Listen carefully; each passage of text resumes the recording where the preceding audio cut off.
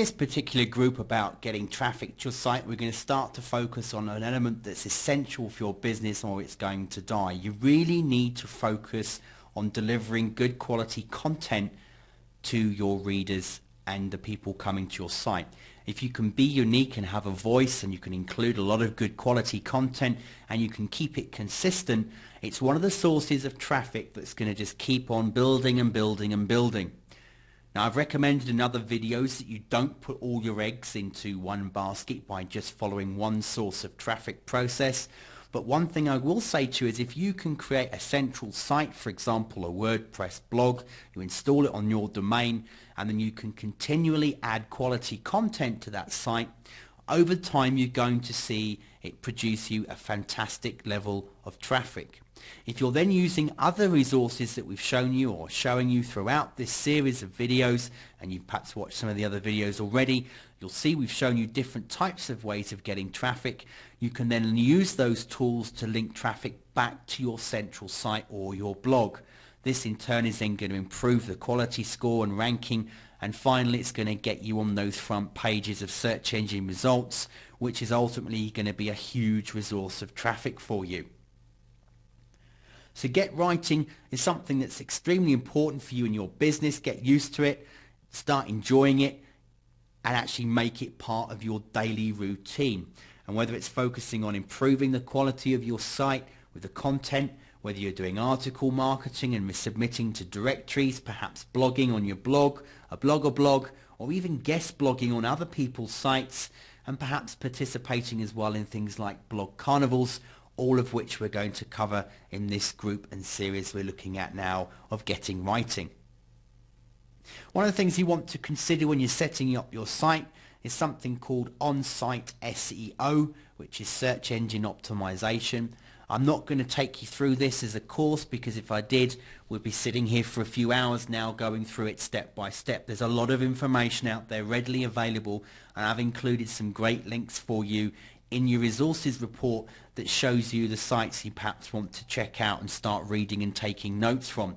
One of the ones you want to perhaps look at is this site here, the Search Engine Journal. It's got 12 basic on-site SEO tactics for optimized results, which just walks you through the real basics like using meta tags, title tags, anchor tags, the headed headlines that you use, the body text that you use and how you use it. Things like that are very important. Going to Google, they've got a whole piece on search engine optimization. They've got their Webmaster Central that's got some fantastic tools and details, and they've got their Webmaster tools as well. I've given you a link in a report that's included in this course that will take you to these sites so you can go and research them for yourself. The next part then is actually article marketing. If you're writing on your blog, you want to keep adding content on a regular basis.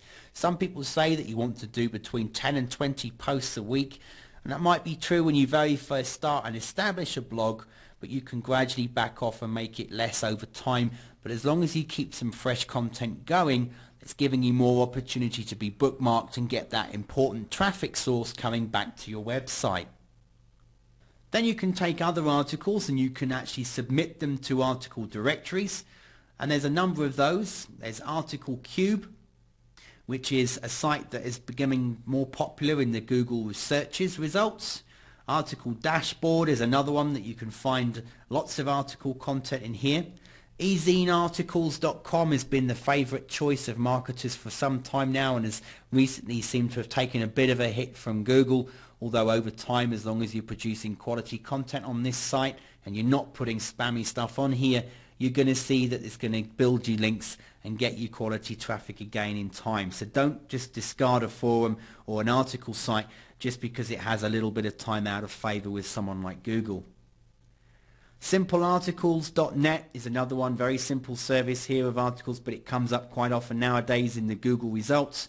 Articles Alley is another one, and it's all about you just getting the content out there. You can use different article services, you could even get certain article submission services if you like, but if you're doing it by hand and over time, combined with the other traffic methods we've talked about, you'll find that this over time builds the quality of score that ultimately then gets you higher ranks and is another way for people to find you. If they're typing into a search engine and they come across your article in someone else's directory, or as a guest blogger you've appeared on a blog and you've written an article, the whole idea of guest blogging is that you can then put in a small bio about yourself. That's going to help you build traffic. And that's the thing here. You want to look at guest blogging as well, because it can be a great way to get traffic. Be wary, there are some sites that have become spammy over time, but there's some great opportunities and you'll see them. Just look around in the niches that you're trying to get traffic in. Keep an eye out for when they're looking for guest bloggers, or you can even just, if you find a blog that you really like yourself and you know it's common in your marketplace and you've got some good stuff to say, contact them, send an email to them, tell them about the posts that you liked and enjoyed and you've become an avid reader, you've got a similar blog going yourself or another blog going and you'd love to be able to do some guest blog posts on their site if they'd welcome it. And they may well come back to you and say, no, at this time we're not looking, but in future when they realise they can't keeping up with the technology or whatever it is, the field they're in, and they want more input perhaps, you might find an email pops in your inbox asking you to become a guest blogger, and that is a way of then getting you more traffic to your site. So don't rule that out. Another option with writing is to take part in forums. If most forums allow you to create what's called a signature file or a SIG file, and it's just a place where you place some kind of information and have a link that goes back to a post or a site or whatever of yours, that in turn is going to get you traffic. Especially if you participate in forums on a regular basis so people are seeing your name. If you're giving them good quality, don't just post tat all the time, because people will just switch off to you and they'll see your name and they'll never even read the posts that you make. But if people like what you're posting, there's a good chance they're going to have a look at your SIG file as well when they're sitting there reading. That in turn can be traffic that's coming to your site. So don't rule out forum signature files. They're quite often overlooked and they can be a good way to get traffic to your site quickly if you're participating well in any given niche, as long as of course you can put a SIG file on the forum that you're in. So check that the forums that you go and sign up at, if that's the case, allow you to have a signature file to begin with. Another thing that I want to just quickly cover for you about the Get Writing section is something called blog carnivals. Now there is actually a site called blogcarnival.com, but you'll also hear about it through other people as well. And what a blog carnival is essentially is just a place or a community, and there'll be sort of many kind of blogs and they contain articles on all different types of topics. And what blog carnivals typically do is collect it all together and then have links pointing out to the articles on a given topic. So if you join a blog carnival as a contributor, for example, you'll have an editor whose job will be to go through and collate all the information, get all the right links, go through the articles, and then they'll actually put that together. They'll host a blog carnival on their site where they'll be linking out to all the relevant and related content and pointing to all those articles. Now, it's sometimes, in some cases, blog carnivals have been a way for people to get a huge following very quickly in a certain niche by participating, especially as a contributor, on many different blog carnivals that are going on. And if you go to a site like blogcarnival.com, they actually do a list of the types of blog carnivals that are coming and starting up and will be coming around in the weeks and months ahead.